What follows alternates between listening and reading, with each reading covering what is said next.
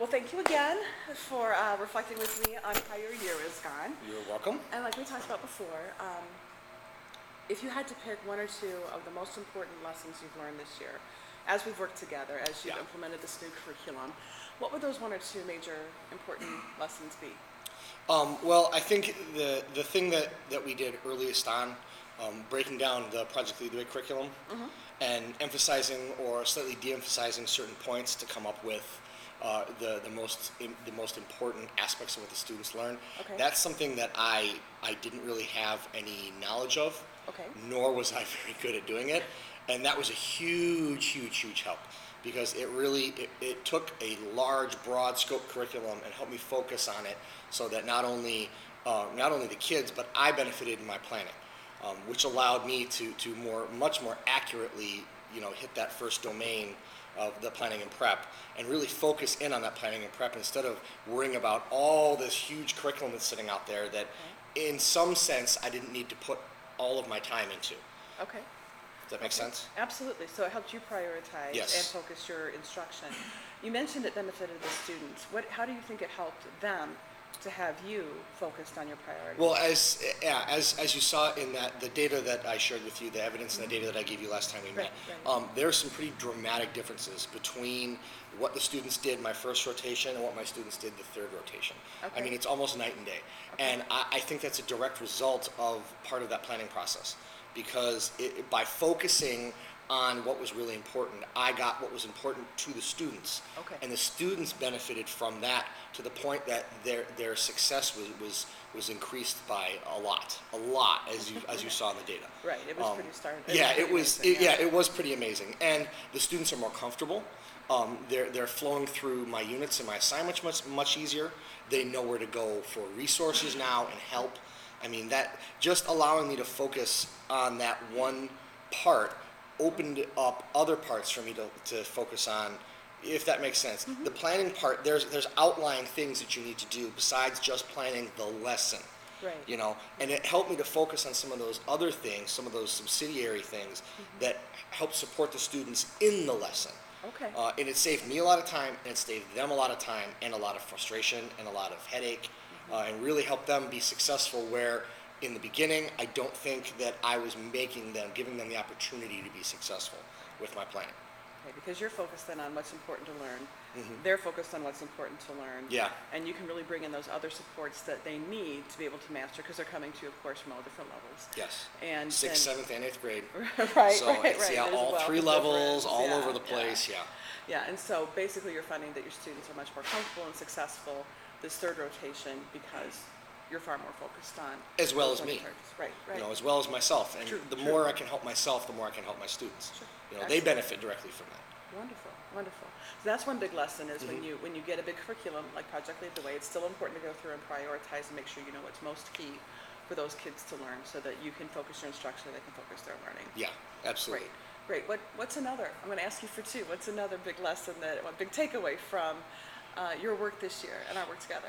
Well, one of the things that really helped me out was more recently, and we discussed this, I think the last meeting and probably the meeting before that we had, about really focusing on my instruction and less on outside things. Focusing on what I can control in the classroom and less about what these students are doing outside the classroom that's causing some of that negative or Sure. maybe attention, focus problems, behavior issues. And really working on one of the things that we talked about was that when it comes down to it, a lot of it is it's with instruction. If you tailor your instruction, you can satiate a lot of these problems that are happening and focus on how can I help the student inside these four walls, not outside. Outside I can't control that.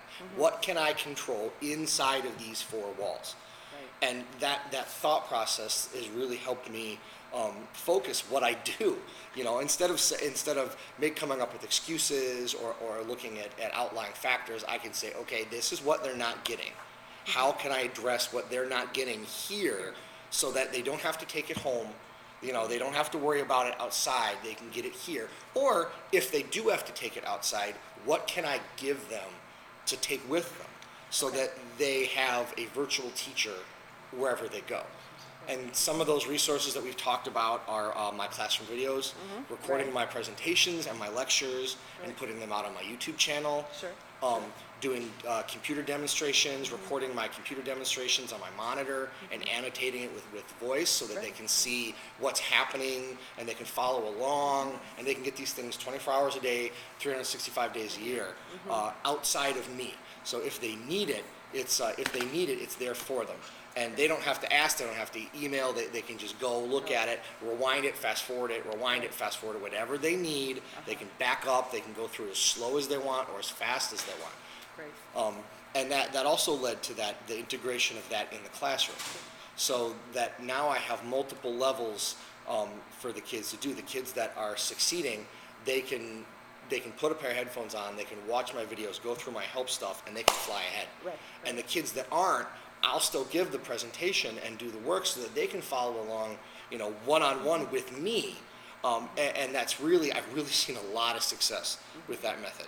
A lot of success so far this year. Good. You know.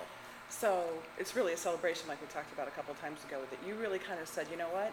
I can control an awful lot of what happens in Yes. these four walls, and I can really help these kids with what I have, because I have the resources to do it. Yes. And as you started to realize that, then really you've taken a really a different look at your instructional style, and you've really kind of run with that. It was completely different at the beginning of the year. First of all, this was a different class. I've never taught, this is much more highly academic than Sure. my other classes that I've taught. That was a big issue, but my instructional style has definitely changed. Yeah. This is nothing like I was at the beginning of the year. And it's changed as a benefit to me and the students. I've So- seen significant improvement in So talk to me, because student growth. I kind of know how it's different, but I think you need to go through and really think through the beginning of the year, how are you teaching? And then what's different now? The classes that I used to teach and the classes that I've traditionally always taught have been very project-based, hands-on,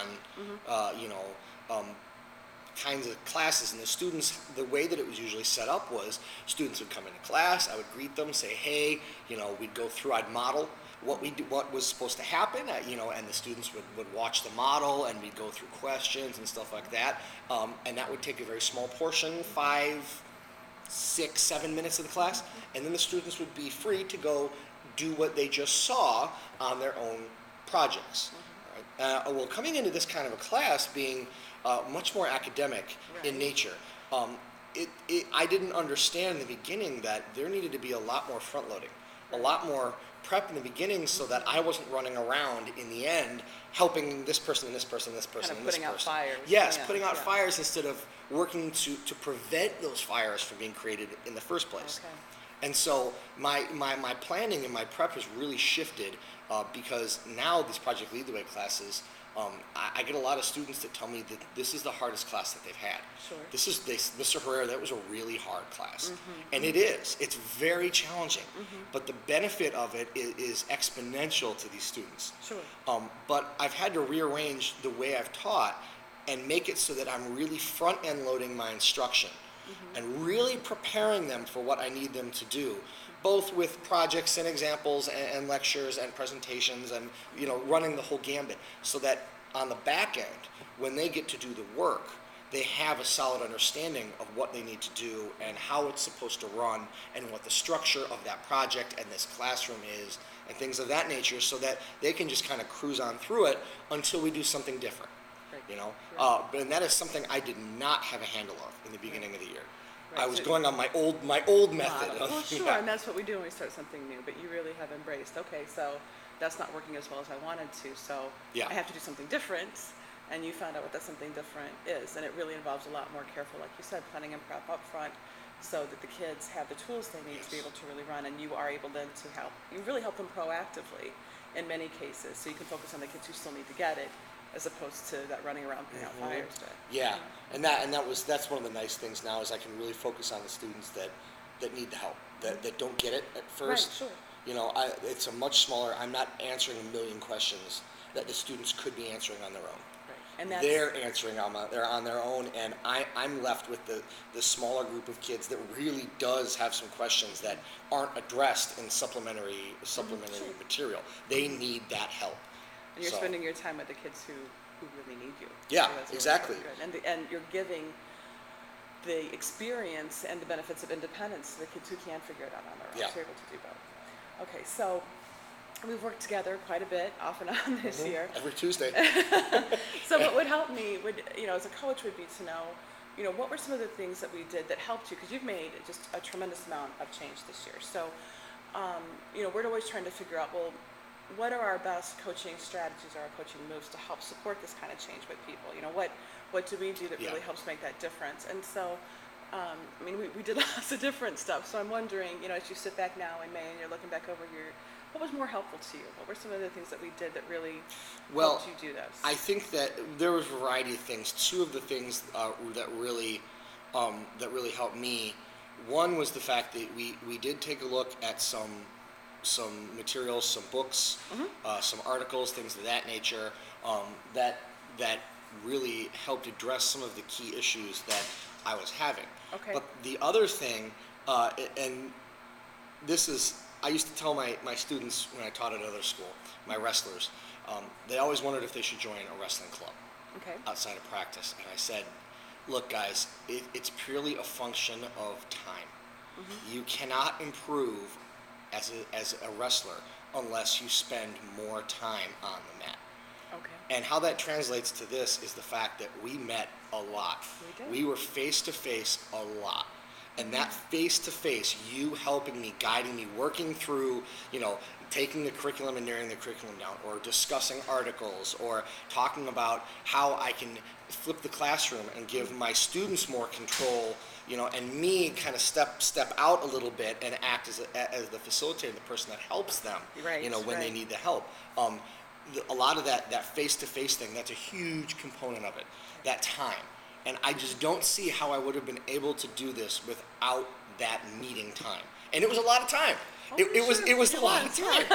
But, someone like me, I needed that time.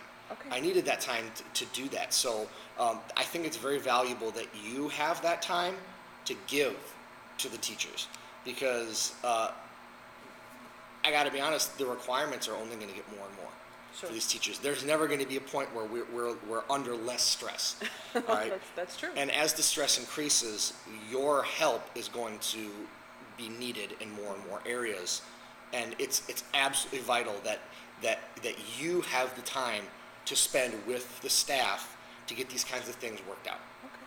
So really, what I think I hear you say is that it was the ability to have conversation, the ability to talk through things with somebody else, and somebody who had the time and in fact, needed to take the time to talk about whatever we were working on at that time, to ask questions, to help you think through it. That's the piece that you needed, and certainly there's resources out there that you could have looked at. But well, you were the resource for a lot of it. I mean, you had the questioning skill and the technique and a lot of that other stuff that, you'd come in and you'd ask me a question, and a lot of it, I was like, oh, well, let me think about that for a minute. There's things I didn't think of, things that I didn't really necessarily mentally focus on. Okay. But you had that skill that caused me to look at what I was doing in the classroom. And I would say for, anyone can read a book. Yeah, blah, blah, big deal. But in order to have a person there that helps make sense of a lot of the stuff you read, or question what you've done, or reflect on what you've done, or what you plan on doing, that was the biggest help. Because anyone can read a book, anyone can reflect on their own, but unless there's someone there that's asking guided, pointed questions about how does this help, what is this doing, what do you think about this, has this benefited your students, what's another way we can benefit our students. Without that kind of structure, I think that a good percentage of the teaching population wouldn't be able to make any change. Okay. If that makes sense. It makes sense. Yeah, Okay. It makes sense to me. So that's good. Well, thank you. I think you've made my day. You're welcome. You're welcome. All right. Thanks, Paul.